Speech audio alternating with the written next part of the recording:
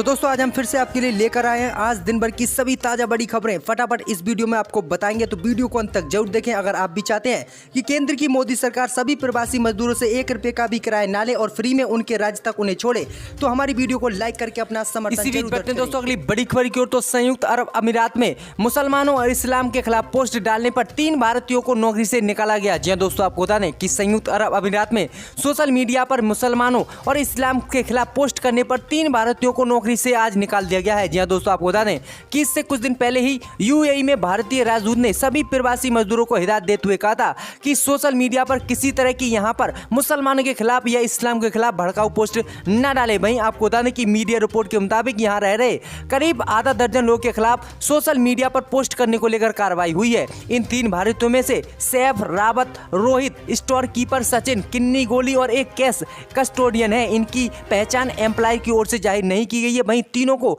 नौकरी से निकाल दिया गया है। रिपोर्ट में कहा गया है कि भारतीय प्रवासियों ने अपने राजदूत की चेतावनी को अनसुना कर दिया क्योंकि इस्लामिया फोबिया से जुड़ी सोशल मीडिया पोस्ट को लेकर कार्रवाई का सामना करने वाले लोग की संख्या बढ़ती जा रही है। वहीं आपको बता दें कि कुछ दिन पहले ही जो है यूएई में एक व्यक्ति जो भारतीय था, हिंदू, उसने जो है तबलीगी जमात को जिम्मेदार ठहराया था कि भारत में जो कोरोना वायरस है वो तबलीगी जमात ने फैलाया है। और इसी को लेकर यह खबर इतनी वायरल हुई थी कि वहां की राजकुमारी कासिमी ने ये कहा था कि अब भारतीयों को यहाँ पर जो भी पोस्ट करेगा उसके खिलाफ कार्रवाई की जाएगी। और फिर भारतीय राजदूत ये सामने आए थे और उन्होंने इसको ही सफाई दी थी कि हमारे यहाँ का कोई भी प्रवासी मजदूर, भारतीय कोई भी प्रवासी मजदूर इस तरह के आगे पोस्ट नहीं करेगा। और उन्होंने सभी को हिदायत देती, लेकिन फिर भी ये भक्त नहीं मान रहे थे और वहाँ से गलत खबरें और गलत जो है ट्वीट और गलत न्यूज जो है अपने सोशल मीडिया पर डाल रहे थे, भड़काऊ पोस्ट डाल रहे थे मुसलमान और इस्लाम के खिलाफ, जिसके बाद वहाँ की सरकार ने कड़ा एक्शन लेते हुए इन सभी भक्तों को अकल से दिखाई और सभी को नौकरी से निकाल दिया गया है। फिलहाल 3 भारतीयों को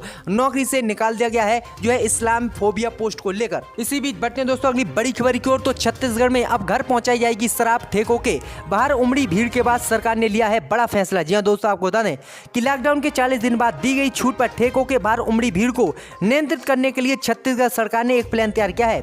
सरकार ने अब कोरोना खतरे और सोशल डिस्टेंसिंग को ध्यान में रखते हुए शराब की होम डिलीवरी करने की इजाजत दे दी है। बता दें कि राज्य में शराब के ठेके छत्तीसगढ़ स्टेट मार्केटिंग कॉर्पोरेशन द्वारा संचालित होते हैं। वहीं शासन के आदेश के मुताबिक ठेकों में भीड़ को नियंत्रित करने और सोशल डिस्टेंसिंग का पालन कराने के लिए डिलीवरी बॉय के जरिए शराब घर पहुंचाने की व्यवस्था शुरू की गई है। व्यवस्था भारत सरकार के आदेश के तहत ग्रीन जोन में शुरू हो गई है।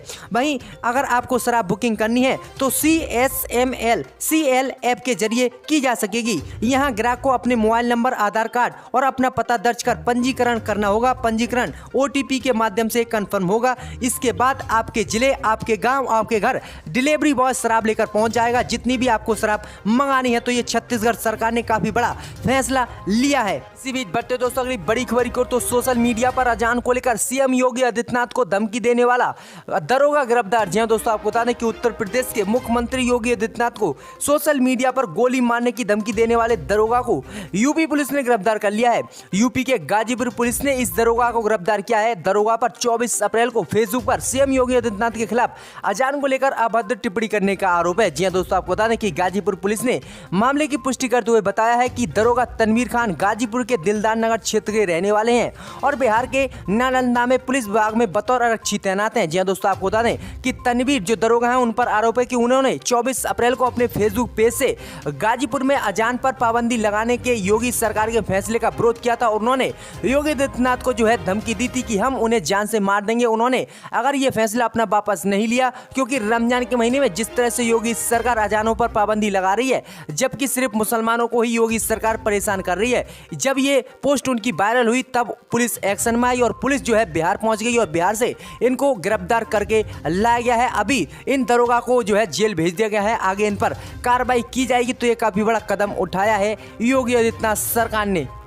इसी बीच बढ़ते दोस्तों अगली बड़ी खबर की ओर तो दिल्ली दंगा, अंकित शर्मा के परिवार को इस हफ्ते मिलेंगे 1 करोड़ रुपए, केजरीवाल ने किया ऐलान। जी दोस्तों आपको बता दें कि दिल्ली दंगों में मारे जाने वाले IB कर्मी अंकित शर्मा के परिवार को इस हफ्ते के भीतर 1 करोड़ रुपए का मुआवजा राशि देने का ऐलान दिल्ली के मुख्यमंत्री अरविंद केजरीवाल ने किया है। आज तीसरे लॉकडाउन की शुरुआत के साथ ही केजरीवाल सरकार की रियायतें मिलने के बाद दिल्ली आंशिक रूप से खुल गई है।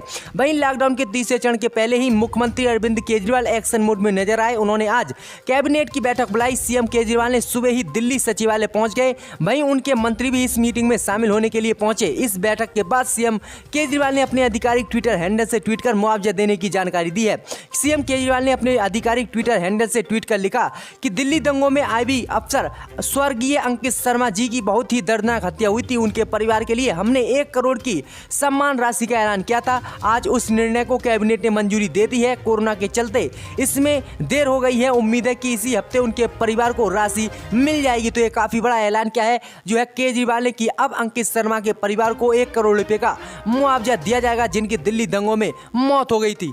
इसी बीच बढ़ते दोस्तों अगली बड़ी खबर की ओर। तो उत्तर प्रदेश में शराब की दुकानें खोलने को लेकर अखिलेश यादव का योगी आदित्यनाथ पर हमला। कहा 5 ट्रिलियन की अर्थव्यवस्था तक पहुंचने के लिए इसी लाइन में लगना होगा क्या। जी हां दोस्तों, आपको बता दें कि पूरे देश में लॉकडाउन 3 लागू हो गया है। वहीं राज्य सरकार और केंद्र की मोदी सरकार द्वारा दी गई छूटों को राज्य सरकारों ने लागू कर लिया है। वहीं उत्तर प्रदेश की योगी सरकार ने भी अपने राज्य में इस तरह की छूट दी और सभी शराब की दुकानें खोलने की उत्तर प्रदेश में इजाजत दे दी। वहीं शराब की दुकान खुलते ही शराब की दुकानों के बाहर जोरदार भीड़ इकट्ठी हुई, जिसने सोशल मीडिया और सोशल डिस्टेंसिंग पर लॉकडाउन के नियमों का पूर्ण जोर से उल्लंघन किया और इनको तोड़ा। जिसके बाद उत्तर प्रदेश के मुख्यमंत्री अखिलेश यादव ने एक फोटो शेयर करते हुए योगी सरकार पर हमला बोला है। अखिलेश यादव ने ट्वीट कर लिखा कि भाई साहब कृपया ये बताएं कि 5 ट्रिलियन की अर्थव्यवस्था तक पहुंचने के लिए क्या इसी लाइन में लगना होगा। जी हां दोस्तों, आपको बता दें कि इस तरह का उन्होंने जो है ट्वीट करते हुए योगी सरकार पर जो है हमला बोला है। तो ये काफी बड़ा ट्वीट किया है योगी आदित्यनाथ ने। इसी बीच बढ़ते हैं दोस्तों अगली बड़ी खबर की ओर। तो भाजपा नेता सुब्रमण्यम स्वामी ने मजदूरों से किराया लेने पर उठाए सवाल। मोदी सरकार को बुरी तरह से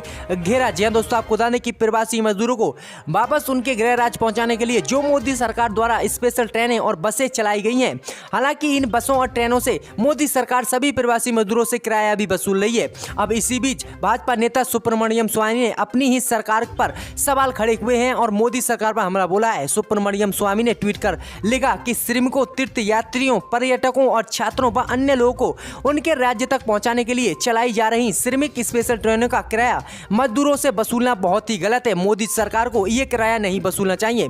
उन्होंने लिखा कि भूखे प्यासे प्रवासी मजदूरों से रेल का किराया वसूलने के लिए भारत सरकार को ऐसे नहीं करना चाहिए था। वहीं प्रधानमंत्री मोदी को इनको सभी फ्री यात्रा करानी चाहिए थी। वहीं आगे उन्होंने लिखा कि विदेश में फंसे भारतीयों को एयर इंडिया द्वारा मुफ्त में लाया गया था। अगर रेलवे ने किराया का भुगतान करने से इनकार किया तो पीएम केयर फंड से भुगतान क्यों नहीं किया। तो ये काफी बड़ा उन्होंने हमला बोला है अपनी ही सरकार पर। इसी बीच बढ़ते दोस्तों अगली बड़ी खबर की ओर। तो राहुल गांधी से बोले नोबेल विनर अभिजीत बनर्जी, कर्ज माफी, फ्री राशन और बड़े पैकेज से सुधरेगी देश की इकोनॉमी। जी हां दोस्तों, आपको बता दें कि वैश्विक महामारी कोरोना वायरस से निपटने के लिए केंद्र की मोदी सरकार ने पूरे देश में लॉकडाउन घोषित किया है। इसी बीच अर्थव्यवस्था को लेकर मोदी सरकार कोई ठोस कदम नहीं उठा रही और कोई बड़े पैकेज का भी ऐलान नहीं कर रही है। इसी बीच अर्थव्यवस्था को लेकर सामने आने वाली चुनौतियों और कोरोना वायरस से निपटने जैसे मुद्दों को लेकर कांग्रेस नेता राहुल गांधी और नोबेल पुरस्कार विजेता अभिजीत बनर्जी के बीच वीडियो कॉन्फ्रेंसिंग के जरिए आज बातचीत हुई है।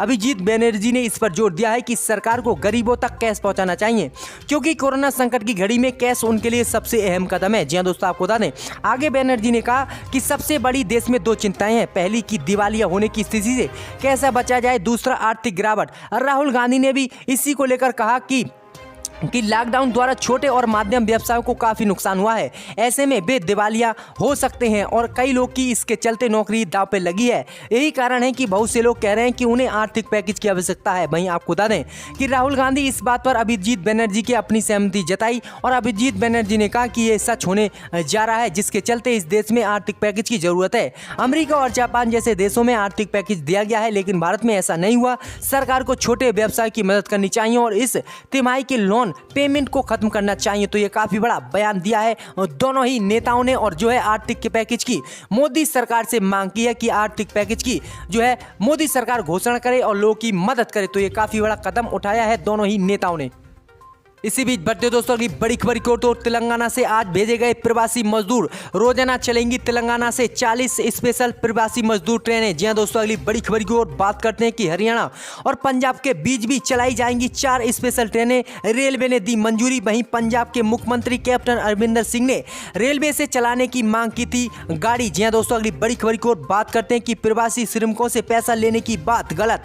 केंद्र ने कहा कि 85% किराया रेलवे और 15% किराया राज्य सरकार वहन कर रही है। जी हां दोस्तों, आपको बता दें कि रेल भाड़ा विवाद को लेकर श्रमिक मजदूरों से जो पैसे लिए जा रहे थे, इस पर जो है रेल मंत्रालय ने और केंद्र की मोदी सरकार ने सफाई दी है। केंद्र की मोदी सरकार ने कहा है कि 85% किराया रेलवे खुद भुगत रहा है सभी प्रवासी मजदूरों का, वहीं 15% किराया जिस राज्य के मजदूर हैं उस राज्य की सरकार वसूलेगी। वहीं केंद्र की मोदी सरकार प्रवासी मजदूरों के किराए पर 1 रुपया भी खर्च नहीं कर रही। तो ये सरकार ने काफी बड़ी सफाई दी है। जी हां दोस्तों, अगली बड़ी खबर की ओर बात करते हैं कि योगी सरकार का फैसला, मजदूरों को लाने के लिए चलाई जाएंगी जो है 10,000 बसें। जी हां दोस्तों, आपको बता दें कि जिन राज्यों में मजदूर फंसे हुए हैं और ट्रेन से जो मजदूर आ गए हैं वो तो ठीक है, लेकिन जो मजदूर रह गए हैं उन्हें बसों के द्वारा भी लाया जाएगा और 10,000 बसें योगी सरकार प्रदेश में चलाएगी।